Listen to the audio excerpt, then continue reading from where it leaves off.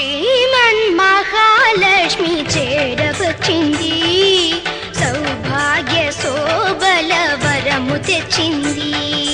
శ్రీమన్మహాలక్ష్మి చేరవచ్చింది, సౌభాగ్య శోభల వరము తెచ్చింది.